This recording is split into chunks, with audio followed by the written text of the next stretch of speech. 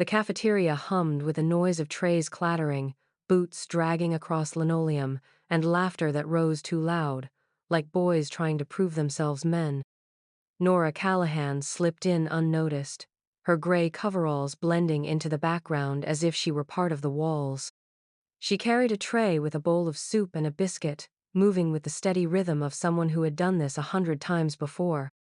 At her side hung an old duffel bag, the canvas scuffed and faded, its straps patched with stitches that had been sewn more with care than skill. Most staff left their belongings in the locker room. Nora never did. The bag was always with her, set against the wall when she mopped floors, resting under her chair when she ate. To most eyes, it was nothing, just another piece of worn-out gear carried by someone too poor to buy new things. But to the young soldiers watching her from the far table, it was a target. 3 of them broke off from the pack, their uniforms crisp, their energy sharp with the kind of arrogance that came from never having been tested.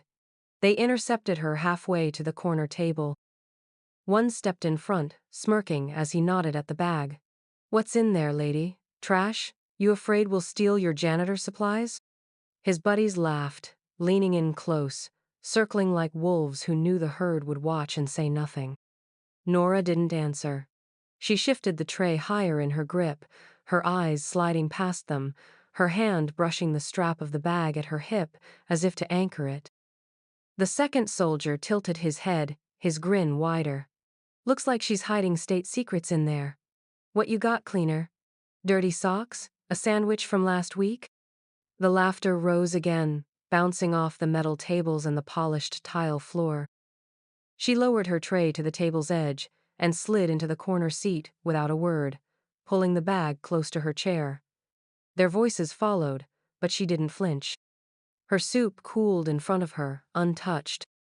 Across the cafeteria, Lieutenant Colonel Hayes sat with his back straight, a fork idle in his hand.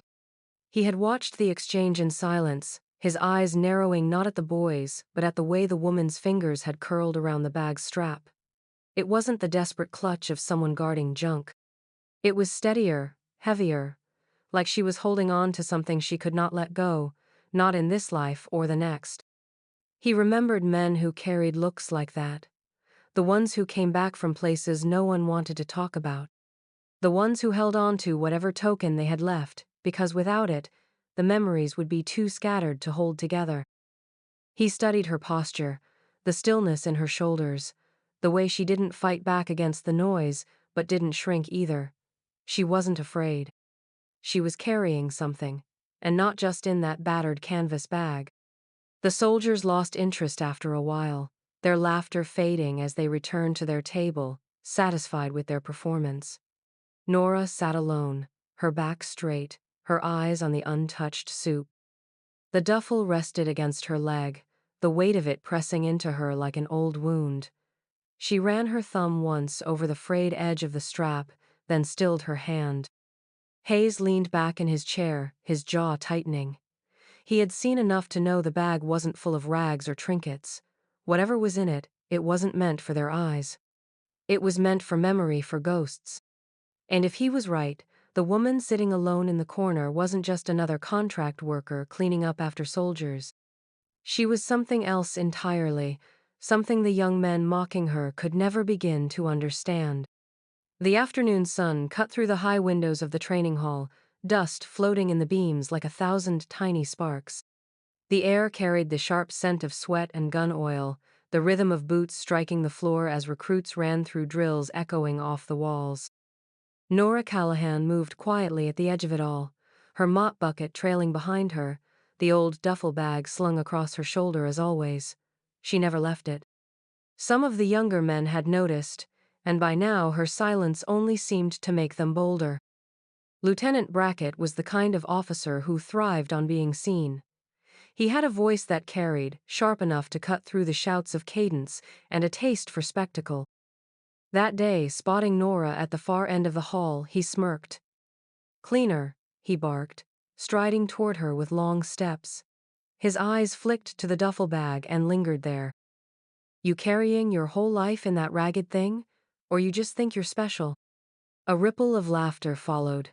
soldiers slowing their drills to catch the show. Nora's hands tightened slightly on the mop handle, but her face stayed calm. She shifted her weight, the bag still at her side. Brackett circled her like he was prowling prey. "What's in there, huh? Snacks? Love letters? What's so important you drag it around like a dog with a bone?" He reached for the strap, fingers curling around it before she could step back. "Let's see what our janitor's hiding." Her voice came low, even. "Don't." But the word only fed his grin. "Hear that? Don't. She thinks she can order me around." The laughter grew sharper now, a chorus echoing against the walls. He yanked at the zipper, the sound of tearing canvas snapping through the hall. Nora's hand shot out, not to stop him, but to steady the bag as if bracing for impact. "Please," she said, quieter this time, but the word disappeared in the roar of voices around them. Brackett dragged the zipper open and tipped the bag upside down. The contents spilled onto the polished floor: a pair of worn gloves, a folded photograph creased at the edges, a handful of letters bound by an old shoelace. And then the case slid free, the clasp catching the light as it clattered against the ground. The lid fell open, and inside, resting against faded velvet, lay the medal. Tarnished with time, but unmistakable. The five-pointed star, enameled in blue, wreathed in laurel, the Medal of Honor. The laughter died instantly, cut short, like a flame snuffed in wind. The hall fell into a silence so heavy it pressed against the walls, weighing on every shoulder in the room. Boots stilled, rifles lowered. Every eye locked on the medal lying in the open, its ribbon coiled like a sleeping serpent. Brackett froze, his smirk draining away as his hand hung stupidly in the air. A soldier near the front bent instinctively to pick up the case but stopped himself, pulling back like he'd touched fire. The hush stretched on, long enough for the dust motes in the sunlight to feel like they were the only things moving. Nora knelt slowly, gathering the scattered gloves and letters with hands that did not shake. When she reached the medal, she closed the case with a soft click, the sound loud in the stillness. She slid it back into the bag, rose to her feet, and slung the strap over her shoulder again. Her eyes never lifted to the crowd, never sought their faces. She only said, in a voice steady as steel, "It was never yours to touch." The soldiers stepped back, the weight of shame thick in the air. Brackett swallowed hard, his jaw working but no words coming out. And in that silence, something shifted, not loud, not obvious, but unmistakable. They all knew now the bag did not hold junk. It held a story none of them were ready to carry. The whispers began before dawn. They ran through the barracks like a draft of cold air, unsettling everyone, sharp enough to make men sit straighter at breakfast and women lower their voices when she walked past. The cleaner, they called her, the one with the bag. Some said she stole it, some said it was a replica. But none of them could explain the way the room had gone silent when the medal hit the floor. By mid-morning, the mess hall buzzed with low voices. Nora moved quietly, collecting trays, stacking napkins, the old duffel never leaving her side. Every glance followed her now. She felt it like heat on the back of her neck. At one table, a captain leaned close to a major, muttering. At another, a group of younger recruits stared openly, their food untouched, as if they might see her unravel just by watching long enough. It was Colonel Mercer who broke the chain of speculation. He was older, his hair gone steel gray, his uniform pressed so sharp it might cut. He sat alone with a steaming cup of coffee, the medal citation open in his hands. The words etched on the case were unmistakable. For conspicuous gallantry and intrepidity at the risk of life above and beyond the call of duty. Beneath it, Captain Nora Callahan. His eyes lifted across the hall, fixing on the woman stacking trays like she had no weight but the plastic in her hands. A captain once, a ghost now. 8 years peeled back in his memory, and the flash of firelit streets returned. Kandahar. A night of smoke thick enough to choke, of gunfire that chewed buildings into rubble.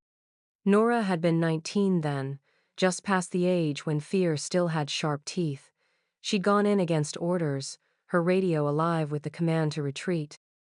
3 teams were pinned down in an alley torn by machine gun fire, their screams threading through the static. She went anyway. He remembered hearing later how she dragged the first man out under a sky shredded with tracers, her arm bleeding from a grazing shot. She'd carried the second across her shoulders while rounds bit into the dirt at her feet. The third she pulled by his vest, stumbling backward through smoke so thick it blinded, coughing blood into her shirt as she refused to let go.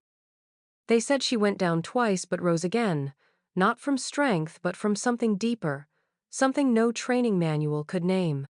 The medal had been inevitable, the ceremony planned, but Nora never appeared. She slipped into silence before the photographers could set their lights, before the speeches could be written. She walked away, leaving the honor to hang in a glass case, while she chose obscurity over being used as a symbol she didn't believe in. Now, years later, the medal was not in a case, it was in her hand. The hall had gone still again, soldiers frozen as she lifted it, her thumb brushing over the tarnished star. Her face was calm, not proud, not ashamed, only steady. "I didn't want it to be a story," she said, her voice carrying across the room, softer than the scrape of chairs but sharp enough to cut through every whisper. "I just wanted them to live." No one laughed this time. No one moved. The silence was heavier than the medal itself, pressing down until every soldier there felt the truth of it, that the woman they had mocked carried more weight than all their noise combined. The days after the revelation felt like the base had shifted on its axis. The air carried something taut, an awareness that clung to every hallway, every drill yard, every corner of the cafeteria. The story had spread without ever being told aloud. No one announced it, no orders were issued, yet everyone knew. The cleaners who shared the barracks with her kept their eyes lowered when she passed, as though embarrassed they had ever gossiped about the woman with the duffel bag. The younger soldiers who once laughed loudest now found reasons to turn down side corridors rather than meet her gaze. The first to fall was Lieutenant Brackett. Word came down from command that he was reassigned no ceremony, no chance to plead his case. He packed his things in silence, his swagger gone, his hands moving with a clumsy stiffness like each fold of his uniform hurt. The tall cadet who had poured water over Nora's wrist was called into an office and emerged pale-faced, her eyes wide and wet, as if the ground had dropped beneath her feet. The stocky soldier who had yanked her chair away in the cafeteria received his notice a week later, stripped from the elite program he had bragged about for months. No one said it outright, but they all understood. The punishment wasn't written on paper, it was written in shame, in the slow fracture of careers that would never recover. Nora never acknowledged it. She moved the same as always, her steps measured, her face calm. She still cleaned tables, hauled crates, swept hallways, but the soldiers shifted around her now. Conversations stopped when she entered. Boots scuffed to the side to make space. And then, quietly, a new gesture began. A private, no more than 20, raised his hand in a salute as she passed, his face red but determined. Nora did not stop. She did not return it. Yet the next day, another did the same. Then another. Until it became its own silent language. Respect offered, not demanded. One evening, as the cafeteria emptied of its noise and the last trays clattered into bins, Nora sat in her corner with her bag at her feet. The metal case rested in her lap, its velvet worn, the star inside dulled but whole. She ran her thumb once over its edge, the motion slow, almost reverent. That was when Colonel Hayes approached, his boots steady on the floor, his shadow long in the low light. He stopped beside her table, his voice low, meant only for her. "Men still breathe because of you," he said, his words carrying the weight of memory, of battles both fought and survived. "Don't ever think silence erases that." Nora lifted her eyes to meet his, steady, unflinching. There was no pride in her look, no hunger for recognition. Only acceptance, as if his words landed in a place she had already carried deep within her. She closed the metal case gently, set it back into the duffel, and pulled the zipper closed. When she stood, the room seemed to hold its breath. She slung the bag over her shoulder, its strap worn smooth from years of being carried like a burden and a shield all at once. She walked toward the exit, her steps neither hurried nor slow, only steady, the way they had always been. She left the cafeteria the way she had entered it so many times before, quiet, unnoticed by those who didn't know where to look.